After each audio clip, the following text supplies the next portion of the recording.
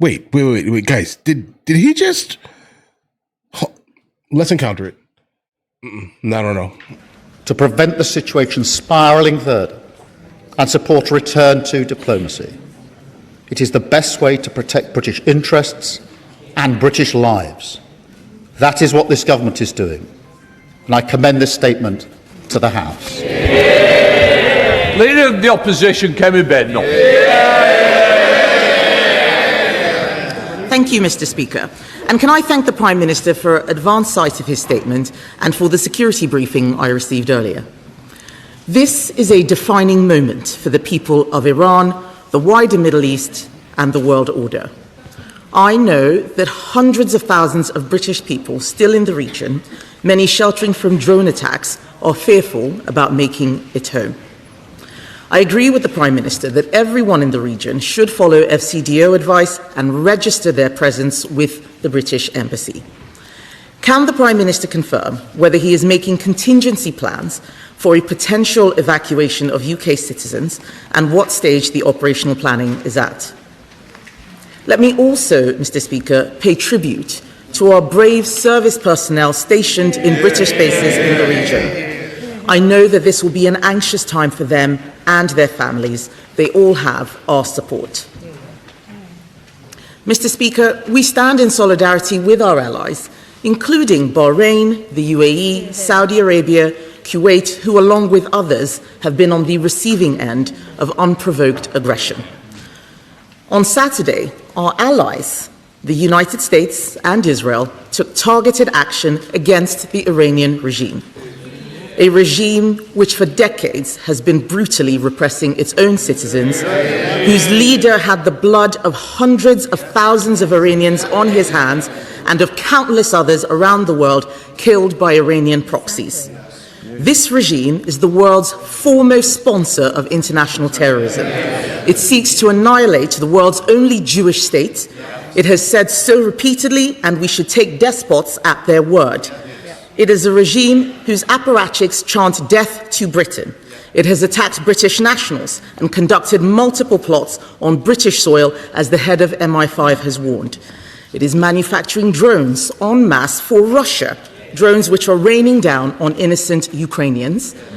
And it continues to try to develop nuclear weapons in flagrant violation of international agreement, nuclear weapons which, if obtained, would be an existential threat for this country. The outcome of Ayatollah Khamenei's death will, we hope, be a safer Middle East and a safer world, with the future of Iran back in the hands of the Iranian people. But that outcome is not yet guaranteed. On Saturday, our allies in Canada and Australia immediately backed the action taken by America against this despotic regime in Tehran. And I have made it very clear that the Conservative Party also stands behind America taking this necessary action against state-sponsored terror. But over the weekend, statements from the government and the Prime Minister provided no such clarity. It was only last night that the Prime Minister finally told us that the government would allow our allies the use of our own air bases, despite it being obvious that UK interests were under imminent threat. It took Iranian missiles hitting allies in the Gulf before he finally made a decision. Exactly. And even after that, the Foreign Secretary said this morning that the government has put limits on the actions of our allies operating from our bases. Unbelievably, in his statement today, the Prime Minister still cannot say whether he backs the strikes or not. Today, the President of the United States has taken the extraordinary step of rebuking the Prime Minister publicly, saying he took far too long to grant access. We are told that this dither and delay is because of concerns over international law, but I am afraid that explanation simply does not hold. No, it doesn't. International law didn't prevent our allies But look at his smug face, guys. from clearly and unequivocally stating whose side they were on. You don't need international law to say whose side you're on. It has not prevented British governments in the past from supporting strikes which we knew to be right.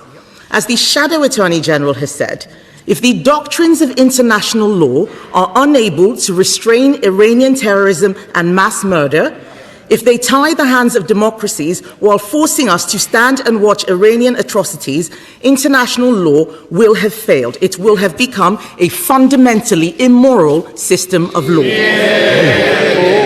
Why is it that under this Prime Minister, international law always seems to be at odds with our national interest? Why is it that we are giving away, why is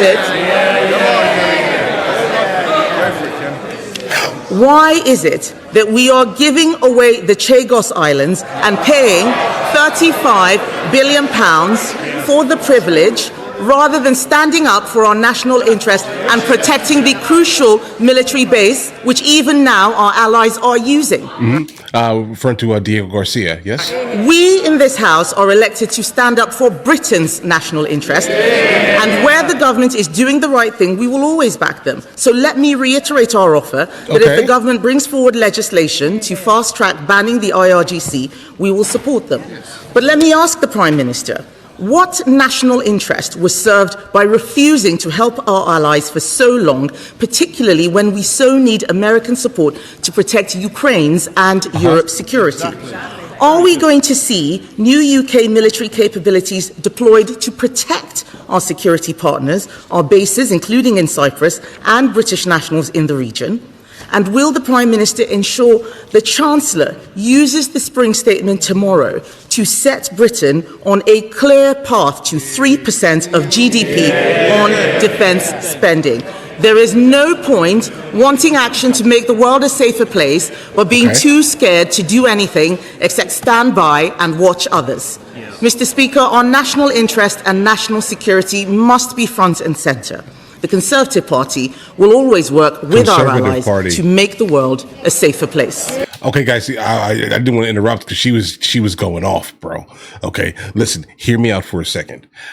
Keir Starmer, understand this here. Like, I do not live in the UK. Obviously, I'm American. See the flag, right? But I live half the year in Spain. Not the point, though, right? But to understand this here, every time I see this man, I'm just like, he kind of reminds me of somebody that we all know named Tim Walz, right? Where basically he doesn't really care that deeply. He only cares about being, I don't know, in power and having like, I don't know, admiration, let's just say this, coming from his overall base. That's it here. Like, does he really care truthfully about, I don't know, like the overwhelming majority of people? Not really, but as long as you agree with his ideals, mainly the ideals of the people who basically voted him in exclusively, then yeah, you're good.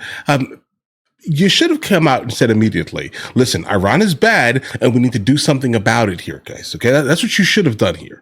And definitely increase your defense spending. That should probably be the default in these times that we are currently in here. And the fact that you knew Spain, specifically in Rota, decided that they were no longer were going to allow the United States of America to basically land our planes there, okay, during a time of absolute hostility in protest because they hate Trump, basically, you should have been like, hey, listen, we are super close allies, we speak the same language, kinda, right?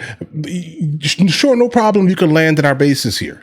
That was not your thing, though, bro, right? You care more about the people who, like, 100% are backing your cause here, right? And not so much about the entirety of the country, because if you cared about the defense of the country, you would definitely allow the United States of America to basically land and use your airstrips here for the sole purpose of taking out enemy number one here, guys. Because if you think you're not a part of big Satan, guys, you're wrong. Okay, you're probably like small Satan, if that makes any sense here, but still, okay. Guys, listen, I have never heard a conversation or a speech or a monologue ever, okay, come from the UK that sounded absolutely like, oh yeah, that makes sense. That makes sense. All I hear nowadays is like feelings, and all this like emotional nonsense. How about we get to the actual truth of the matter here, guys? Every single thing that she just said should represent your country, bro. Okay, put her in power or something, because I don't know who that man is, who voted him in. Get him out of here. You are a bad look as an ally, dude. Mr. Speaker, she asked about contingency plans for UK nationals, and I can assure her and the House we're working at speed with our partners in the region to take whatever measures we can to make sure that our people can return as safely and as swiftly as possible, and we'll continue to do so. And I'm happy to update her and the House as we roll out those plans. Mr. Speaker, let me be very clear. There were two distinct and separate decisions over the weekend. The first decision was whether or not the United Kingdom should join the US-Israel offensive against Iran. As allies. We took the decision that we should not. We should not. Absolutely right. The second decision was a separate decision and actually a separate request from the US, which was whether we should permit the use of bases for the distinct, specific, defensive purpose of collective self-defence of our allies and to protect British lives, which were put at risk by the actions of Iran on Saturday and Sunday. We took the decision that we should do so. I am clear in my mind that any UK action must always have a lawful basis. It must also always have a viable and thought-through plan. Yes. And it must be in our national interest. Yes. Okay, noted. The Leader of the Opposition, I think, is saying... Pay attention to that very specific comment he just made here. I will bring that back. I think is saying she would have joined the initial strikes whether they were lawful or not.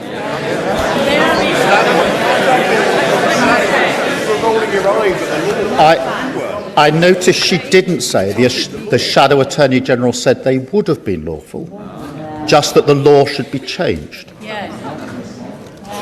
And I think she said they would have joined the initial strikes without regard to whether they had a plan. She was very critical of us not joining sooner. Therefore, it's impossible to have that position without arguing that we should and we could have joined. I fundamentally disagree. Okay, wait, hold the phone here, buddy. I don't like this guy. But understand this here, that absolutely feels moderately valid. You definitely want to think things out, but you still have to come up to bat, bro. Mr. Speaker, I will tell the House why. Where our military personnel take action, putting their lives at risk, it is our duty, my duty, to ensure they have a lawful basis. Yeah. On Saturday, we deployed UK pilots into the sky in the region, and they've been working there ever since. They deserve to know that their actions are lawful and there is a viable, thought-through plan. And I will not countenance committing our military personnel to action which doesn't have a lawful basis. That is not a fair thing to do to our serving personnel. And no UK Prime Minister has ever committed our personnel to action unless it's got a proper lawful basis. Okay. Hold on. Again, I have to reiterate this here, bro. I get it. But listen, guys, there comes a time here. You're going to have to step up to bat. And what I mean by this super American idiom is baseball, right? Listen, your turn is coming up. You're going to have to get up to bat to hit the ball, basically, right? No matter what here. I hear you, but I definitely would, going forward, start to look at alliances just a little bit differently after this, based off of how a lot of the EU nation states are kind of responding, if that makes any sense. I'm telling you this right now, I would get to the point where you better hope nothing happens, because I'm not coming, bro. I'm telling you, I'm not coming. But I also say this all the time. Do not put me in the position of power, because based off of this and based off of how Germany is responding, Spain is responding, the UK is responding, right? I don't know about that, bro. Listen, at least France is putting out aircraft carriers into the Mediterranean. Something, bro. Do something, my boys. Okay? Make it look like you're trying to do something, even if you sit back in the back or something, bro. Because if you don't show up, I promise you, dudes, I'm not going to support. You better hope nothing happens to you, bro. I'm telling you, listen, NATO needs to be reevaluated also based off of this here too. Like the whole world police thing, the fact that, bro, there's something going on and you won't even let me use your base and all of you are underpaying into NATO? Oh my God, guys, you crazy? Are you crazy? Like, you do know that all you're doing is making specifically us Americans incredibly mad, right? Incredibly mad enough to the point where don't be surprised if we go out and say, let's go ahead and vote to get rid of this nonsense because they're not, first of all, they're underpaying, okay? And when we need them, they're not there. If we need you, you're not there, okay? Because understand this here. Iran hates you too. They hate all of you. They hate all of you. So what should we have done? And again, Iran really cannot truthfully, deeply affect us too seriously from where we are. They can affect you guys. And you're not even doing anything, bro. The point that he made, though, obviously, you do want to obviously go through the, like, make it make sense in order for you to kind of get into something here. But if you see your bro is out here battling and you're sitting on the sideline telling him he can't even rest in your front yard, don't expect bro to help you for anything. Ever. I'm telling you, dude, this is like make or break. I'm telling you, guys, all right, we'll see where this goes. See, I'm not trying to be that guy out here, but I'm just letting you guys know, let's see where this one takes us. Because a lot of our allies, okay, that have been completely running us over the coals with trade for decades, okay? Like try to go find like a if you guys have ever been to Europe here, there are like American stores, meaning that they import American products and then they sell them at like super exorbitant prices. If that makes any sense here. Look at how much American stuff kind of costs there in general. Why does it cost so much?